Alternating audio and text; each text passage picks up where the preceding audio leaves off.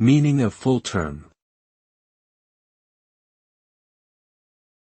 Full term. Full term. Full term.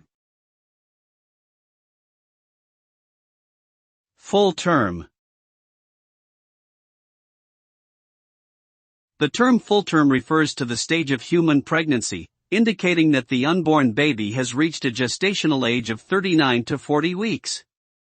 At this point, the baby is considered fully developed and ready for delivery.